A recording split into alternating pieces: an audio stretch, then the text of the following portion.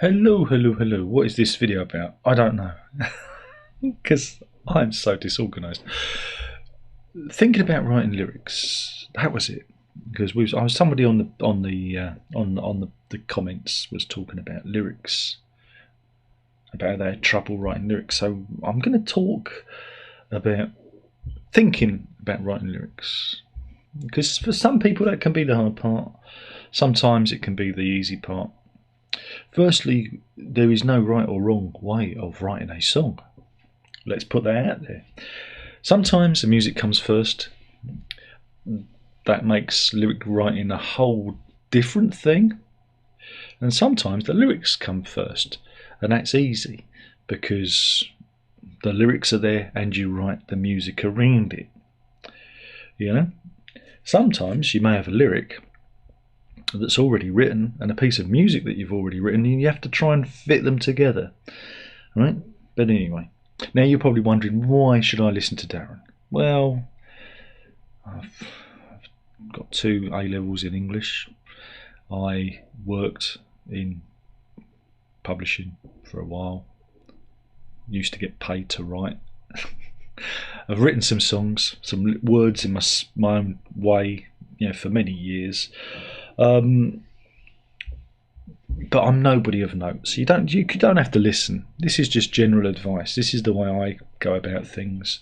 You can ignore me. You could say, why should I listen to you? You don't have to. Go and find somebody else. I'm just trying to be helpful. Remember, helpful people can be a nuisance sometimes. So maybe I'm not being helpful. Maybe I'm just being a hindrance to you. So, lyrics. What are lyrics? Lyrics are words that often accompany music. There are many kinds of lyric. There are lyrics that say, I love you, yeah, yeah, yeah. There are lyrics that tell stories. There are lyrics that are trying to make a point, that are important, that are maybe political point. There are many kinds of lyrics to write. There is no wrong or right way of approaching this. This is the thing. Be free. Be free. People like Bowie, for example, he used to do something called cut up. He used to write words down and sentences down on pieces of paper, and he used to cut them up and rearrange them to sometimes get structure to his lyrics and also randomise the words he was saying. Again, it's one of those systems that you can use to revitalise your writing process, the cut-up method. I've never used that myself. I'm a bit more structured in what I do. So again, I'm just saying that's just a throwaway technique that you can use. Firstly, if you're writing a lyric from scratch and there's no music, what are you trying to say? What is it about? Is it about a topic? Are you telling a story? Are you writing a love song? Again, there are many different ways you can go in. Lyrics don't have to rhyme, but very often the rhythm and the stresses in the lyric are important. Again, this is when you have the music in place. Sometimes words hitting a certain beat or having a certain stress are important. You'll develop this over time. This is something that you can develop. You don't necessarily come out the gate and understand that. It's something you need to come to. Now, how do you learn this? Well, first of all, listen to a lot of different songs. That's the obvious way. Listen to a lot of songs. If you're stuck for a lyric, I'm just trying to think of a random ice cream. I've just thought of the word ice cream. I don't know. Say you're writing a song about ice cream.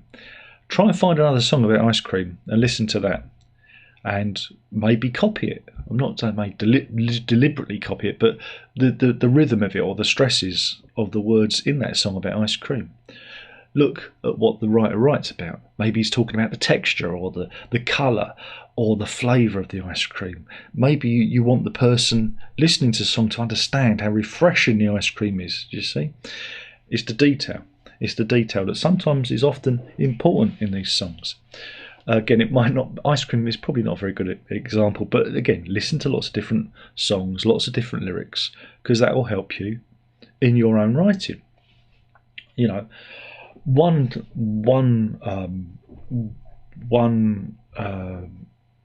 kind of lesson you can do to yourself is to take a song that you know that's already been done and rewrite it in your own words, right? So take a song that you really like, it can be any song, and sit down and rewrite the song, but using your own words. That's something for you to work on. It's like a little exercise for you to do.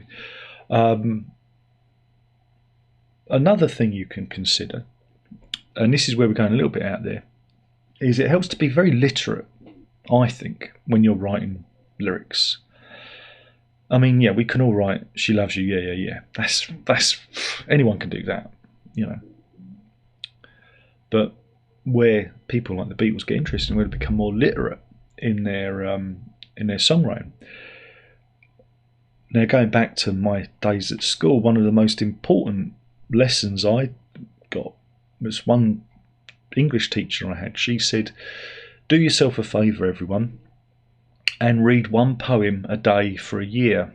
And I did that. I went to the library and I went through all the poetry books, and every day I was at school, I may have even done it at the weekends too, because I think I may have took some library books out. I purposefully I chose a poem and I read it. Not just once, I absorbed it. And that really helped me. And like every teenager, well, maybe not, maybe it's just me. I went through a phase of writing poetry, and that really helped with my lyrics. Right, so there you go. That's one thing. That's one thing you can consider. Like I say, they don't always have to rhyme. They don't always have to have 4 lines. You don't always have to have choruses and verses. You know, you can throw away structure if you want. It can be one long stream of consciousness. List songs. God almighty, there are so many list songs out there. Things like Reasons to Be Cheerful by Ian Dury, or We Didn't Start the Fire by Billy Joel. You know, those songs are really great fun to write. Again, as an exercise, choose a topic. You know, I know dogs. I'm just throwing it out there, and write a list song about dogs. I dare you. You know, and I'm doing this so it opens up your mind to words and how to get words to fit together, right? And again, the rhythm and the stresses of the words are more often more important than them actually rhyming. You know, how the words fit together. And again, this isn't something that naturally comes to people. This is why I recommend that you read a lot of poetry, because in poetry, poets very often throw away rhyming schemes and deal with stresses of the way things fall. So that's one aspect. That's one way of tackling lyric construction. So what if you've got music already written? How do you write the lyrics for that? Now that can be quite difficult. That could be quite a challenge. Now there was one piece I did a while back, and it must have took me about 6 months for it to finally get it to fit. And normally for me, lyrics come really quickly and they usually fit really easily, but I kind of got a bit obsessed with it. And again, it was to do with the way that the stresses fell. So if you've got a piece of music already written and recorded, there are a couple of ways that you can get in there. One way is to sit and record like a guide vocal. Work out a vocal melody over the tune. You know, la la la, do do do, dee da da, babbity boo, bibbity bee, whatever. You know. Try and make nonsense words. A lot of artists use this. Peter Gabriel, I know, Phil Collins. But they're both in the same band. They probably learnt from each other. But you can sing nonsense or a guide vocal over your lyric, and then listen back to it. And again, if you haven't got a topic or a theme, maybe the nonsense that you sing will, you know, bring out a hook. Again, hooks are very important in songs. Sometimes, oh God, I'll come back to this. Remember, hooks are important. So that's one way of approaching it, and again, the beat and the rhythm of the song, and getting the words to fit. And sometimes the music can obscure the lyrics, and sometimes the lyrics can obscure the music. It is a juggling act. It is very, very tricky. It is an art. But the more practice you have, the more times you do this, you'll learn to like kind of negotiate that kind of swirl of rhythm, melody, and the words. So bear that in mind. Sometimes, like I say, you just have the lyrics and you have the music, and it will be an editing thing where you just have to edit the words down to make them fit the rhythm. Now, if you've got a lyric that you desperately want it to fit into the music, you're going to have to go in and edit and be clever with replacement words. Again, the how many like vowels and consonants they have, how they fall. It can become quite a precise thing, you know, where you are literally swapping words around or sentences around, trying not to lose the meaning. You know, it can get quite intense like that. Going back to hooks, of course, sometimes you may come up with a chorus, you may come up with a line that is hooky and it means something, or it may not. It may be utterly meaningless, like the gibberish of do do do da da da, the police, you know, but it's a great hook. You may come up with that. Sometimes the hookiness of a lyric is really important. It can be the heart of the song. You know, it can be the linchpin at which the whole thing revolves, and that's where it gets really interesting, because you could have a chorus that means absolutely nothing, and you've got to kind of feed into that.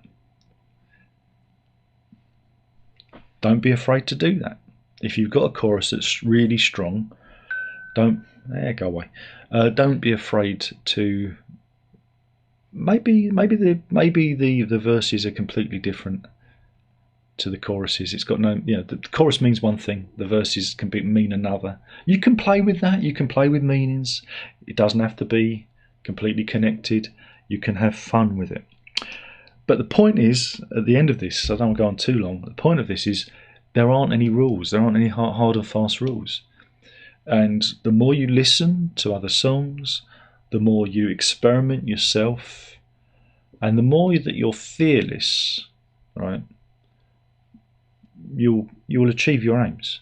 You know, again, it's that element of, you know, you've actually got to be conceited. You've got to have that confidence of a writer to succeed. If you have any fear or nerves or it's never going to work. You've got to have that confidence. You've got to have that gumption, that gusto to think, this works. I like this. This works. I mean, just look at Queen's Bohemian Rhapsody, the whole Galileo section. If written on paper, you go, this is gibberish, but it works. So have no fear. Have no fear in what you do, and experiment. Be literate. Read lots of different things. Listen to lots of music. And if you get stuck, go and listen to some songs that are similar to the song that you're trying to write, or, you know, read, and you can get over it. You can get over the block, right? So hopefully this has helped. Hopefully this has given you some ideas of how you can approach lyric writing. I'll do the YouTube thing just in case a wandering stranger has watched this. Don't forget to like this video, and if you want, subscribe though. Algorithms, and maybe you'll see me again one day. Thank you for watching. There's only one more thing left to say. By now you should know what that is, and that is ta-ta.